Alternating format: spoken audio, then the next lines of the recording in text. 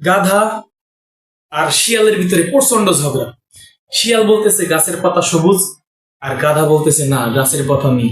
এই নিয়ে বনের ভিতরে বিশাল এক সংঘর্ষ। তারা কেউ হার মানে না। এরপরে কি করলো, রাজা তাদের চিঠি পাঠাইলো।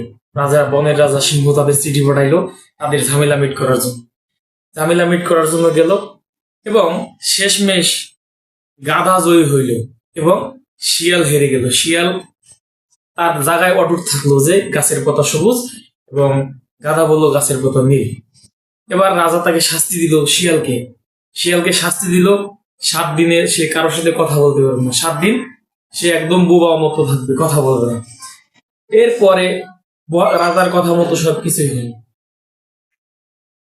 7 দিন পরে সিংহর দরবারে আবার শিয়াল ফেরত আসলো, এসে বললো, রাজা মশাই, আমি তো আমার জায়গায় অটুট ছিলাম, আমার কথাটা রাইট ছিল, তাহলে আমাকে কেন শাস্তি দিলে? তখন রাজা বলল, দেখো, তুমি গাছের পাতা সবুজ হোক আর নীল হোক সেটা বড় কথা না, তুমি শাস্তি পাইছো অন্য কারণে।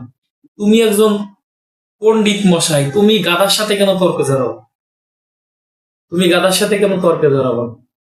আসলে এখানে শিক্ষণীয় বিষয় এটা যে আমাদের আশেপাশে অনেক গাধা আছে যারা বোঝে কম কিন্তু চিল্লায় বেশি।